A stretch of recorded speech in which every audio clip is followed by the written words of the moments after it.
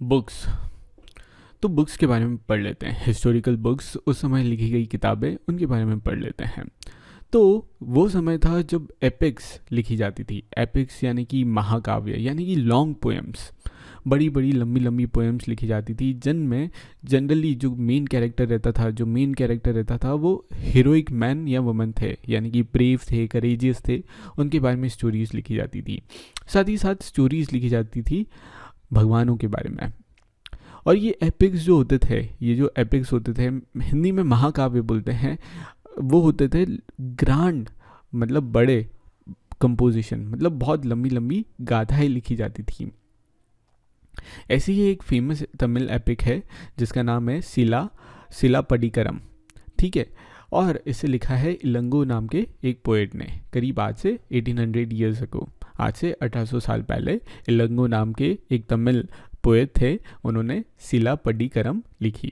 ठीक है, ये नाम थोड़े से अजीब है और अलग है। अगर आप तमिल स्टेट से नहीं आते हैं तो आपको ये थोड़े से अजीब लगेंगे, तो आप एक काम कर लेना, इन्हें लिख लेना प्रॉपरली, तो आपको याद हो जाएंगे। नाउ इसकी मैं आगे अब सिर्फ समरी बताने वाला हूँ। है तो बहुत लंबी पोएम, एपिक बोला गया है, लेकिन इसकी एक समरी बताने वाला हूँ। ट्रेलर भी नहीं है, बस बता दिया है एक छोटा सा। तो ये बेसिकली स्टोरी है जिसमें मेन कैरेक्टर जो है वो है मर्चेंट करके एक पर्सन। मर्चेंट है उनका बिजनेस, और उनका नाम है कोवलन, जो कि पुहार में रहते हैं। पुहार के बारे में हम बहुत अच्छे से जान चुके हैं। पुहार का दूसरा नाम कावेरी पट्टनम भी था। क्या है ये काइंड ऑफ एक कोस्टल टाउन है। और उन्हें कोवलन को एक प्यार हो जाता है। किससे हो जाता है? एक कोर्टिजन से। कोर्टिजन यानी कि नाचने गाने वाली एक औरत से, जिनका नाम है माधवी करके, उनसे प्यार हो जाता है। हाउएवर उनकी शादी हो चुकी है और उनकी वाइफ का नाम है कन्नगी, उन्हें वो इग्नोर करते हैं। यानी कि स्टोरी लव ट्रायंगल की है। अब स्टोरी को बहुत आगे फास्ट फॉरवर्ड कर दिया जाता है इस बुक में, बाकी वहाँ पे तो बहुत अच्छी डिटेल में और बहुत प्यारी तरीके से है। कभी आप इसका हिंदी या इंग्लिश वर्जन ज़रूर पढ़ना।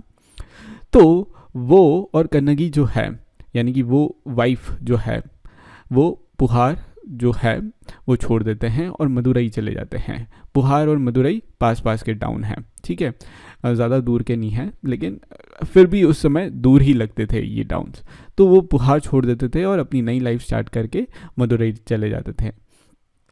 मदुरई में जो कोवलन नाम का जो हमारा मेन कैरेक्टर है, उनको रॉन्गली अक्यूज़ किया जाता है चोरी के इल्ज़ाम में।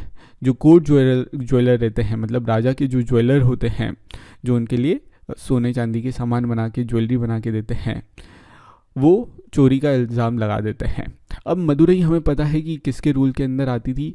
पंड्या किंग के अंदर आती थी, पंड्या राजा के अंदर आती थी, पंड्या चीफ के अंदर आती थी।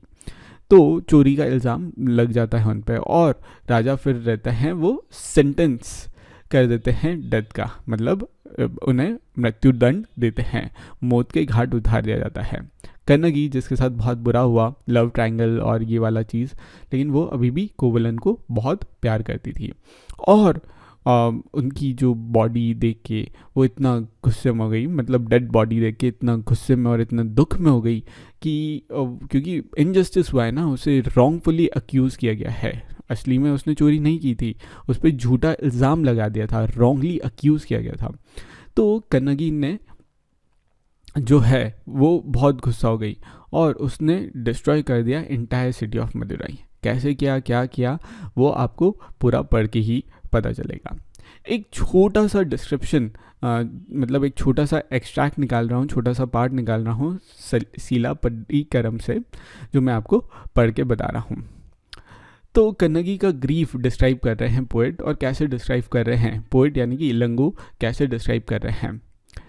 तो वो बोल रही है कि मेरा ग्रीफ जो है, मेरा जो दुख है, इतना है कि अब कोई मुझे कंसोल भी करे तो भी मैं कंसोल नहीं होंगी। उनकी बॉडी को देखते हैं कि तुम्हारी जो डेड बॉडी है, उसको देखते हैं कि जो बॉडी जो गोल्ड से भी ज़्यादा कोरी थी, वो अब डस्ट में पड़ी हुई है, मिट्टी में पड़ी हुई है।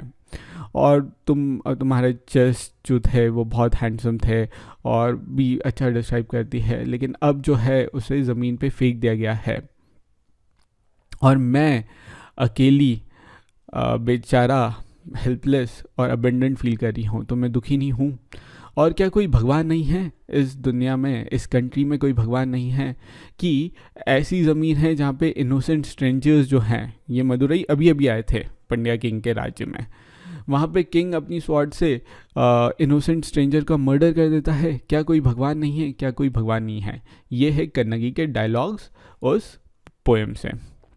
ठीक है, अब ये जो पोएम थी कब कंपोज की गई थी, ये 1800 साल पहले कंपोज हो गई थी और काफ़ी पॉपुलर थी। अब दूसरी एक तमिल एपिक है, दूसरी एक तमिल महाकाव्य है, पोएम है, जिसका नाम है मनी मेकलाई, जिसे कंपोज किया है सतनार ने 1400 ईयर्स अगो, 1400 साल पहले। ठीक है, और ये स्टोरी है daughter of कोवलन and Madhavi. Madhavi जो कोटसन थी यानी कि नाचने वाली लड़की थी, और कोवलन इनकी बेटी हो जाती है और उसकी स्टोरी बनाई गई है। मतलब काइंड ऑफ पोएट चेंज हो गया है और एपिक भी चेंज हो गया है, और 400 साल भी बीत चुके हैं, लेकिन इतनी पॉपुलर थी कि उसका एक स्पिन ऑफ निकाल दिया, एक नया वर्जन निकाल दिया और स्टोरी आगे बढ़ाई गई, क्योंकि लोगों में बहुत पॉपुलर थी वो कैरेक्टर्स और ये सब। और ये जो मनी मेकलाई हो गया या फिर सीला पड्डीकरम हो गए, ये जो थे बहुत ब्यूटीफुल कंपोजिशन थे, लेकिन हज़ारों साल तक, सेंचुरीज तक ये लॉस्ट रहे। क्यों? क्योंकि इनकी मैन्युस्क्रिप्ट्स जो हैं वो अभी रिसेंटली करीब 100 साल पहले ही डिस्कवर हुई है, रीडिस्कवर हुई है, और अभी अभी वापस से लोग पढ़ने स्टार्ट किए हैं इतनी ब्यूटीफुल एपिक्स को। एक और ऐसे राइटर थे कालिदास, जो कि संस्कृत में लिखते थे।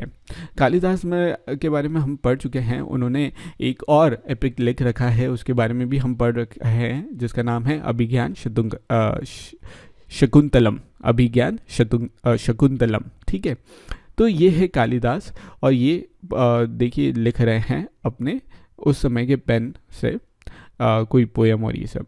तो उन्होंने, उनकी सबसे ज़्यादा फेमस पोएम है वो है मेघदूत। बेस्ट नोन है, ये बहुत ज़्यादा फेमस है उनकी ये पोएम। और है क्या, बेसिकली दो लवर्स है,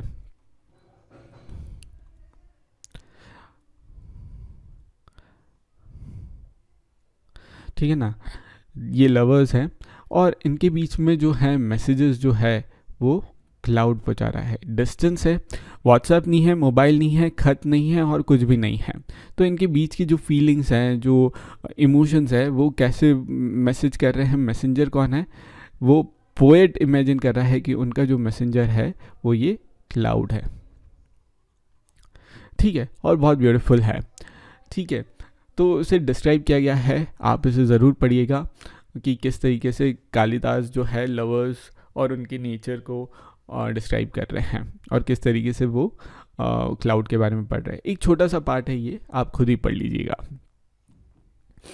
अब जो है कि ये जो ओल्ड स्टोरीज़ हैं वो कैसे रिकॉर्ड की गई, कैसे प्रिजर्व की गई, तो मैंने आपको बताया कि यूजुअली ओरल ट्रेडिशन होता था। ओरल ट्रेडिशन यानी कि बहुत समय तक ये जो स्टोरीज़ थी, ये जो माइथोलॉजी थी, ये जो एपिक्स था, ये अधिकतर इनमें से, सारी तो नहीं, अधिकतर इनमें से ओरली जो है वो ट्रांसफ़र की जाती थी जनरेशन टू जनरेशन, और सेवरल सेंचुरीज तक ऐसा ही होता था।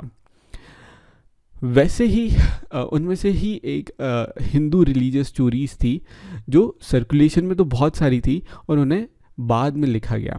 बाद में मतलब करीब इसी समय में लिखा गया, आज से करीब 1800 या 1400 साल पहले लिखा गया। और इन सारी स्टोरीज़ को पुराण्स बोलते हैं। पुराण्स का मतलब होता है, पुराना का मतलब होता है ओल्ड, और पुराण जो है, पुराना वर्ड पुराण से डिराइव किया गया है। तो मतलब ओल्ड स्टोरीज़ के बारे में बात कर रहे हैं। और स्टोरीज़ किन किन के बारे में हैं? गॉड एंड गॉडेसेस, देवी देवता, भगवान, इनके बारे में स्टोरीज़ है। और कौन कौन से भगवान हैं? यूजुअली विष्णु के बारे में, शिव के बारे में, दुर्गा के बारे में, पार्वती के बारे में, इन सब के बारे में स्टोरीज़ लिखी गई हैं। इनकी बहुत प्यारी प्यारी स्टोरीज़ हैं। मैंने कुछ कुछ स्टोरीज़ पढ़ रखी है। बहुत सारे पुराण्स हैं, बहुत सारी पुराण्स में स्टोरीज़ हैं। मैंने सारे नहीं पढ़े हैं, लेकिन हमने जनरली सुने होंगे दादी नानी के मुंह से ये सारी स्टोरीज़। सारी तो नहीं, बहुत सारी स्टोरीज सुनी होगी, लेकिन बहुत सारी बाकी है। तो कभी इंटरेस्ट हो तो पढ़ना, बिल्कुल रिसोर्सेज सारे अवेलेबल रहते हैं इंटरनेट पे। साथ ही साथ ये स्टोरीज़ तो है, साथ ही साथ इनको कैसे वर्शिप किया जाता है उसकी भी डिटेल्स है। जैसे कि मैं आपको बता देता हूँ, शिव जी को हम कच्चा दूध चढ़ाते हैं, वर्शिप अगर करते हैं तो कच्चा दूध चढ़ाते हैं। वहीं विष्णु भगवान को 56 भोग चढ़ाते हैं, और अगर चढ़ाते भी हैं दूध का कोई प्रोडक्ट तो उन्हें घी चढ़ाते हैं, घी या मक्खन चढ़ाते हैं। ठीक है, तो अलग अलग जो देवी देवता हैं उन्हें अलग अलग चीज़ें उससे वर्शिप किया जाता है, और उसके बारे में इन पुराणों के बारे में लिखा है।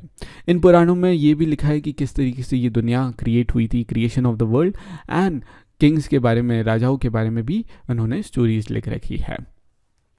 बेसिकली ये सिंपल संस्कृत में लिखा गया है और इन्हें कोई भी सुन सकता है, चाहे वो वुमेन हो चाहे वो शूद्र हो।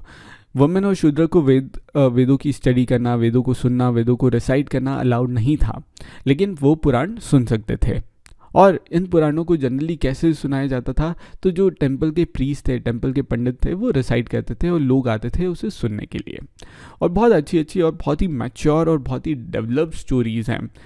मतलब इतनी ब्यूटीफुल अंडरस्टैंडिंग है जिन्होंने भी लिखी है, नाम जो है लोगों के जिन्होंने भी लिखी है वो बहुत ब्यूटीफुल तरीके से लिखी हुई हैं।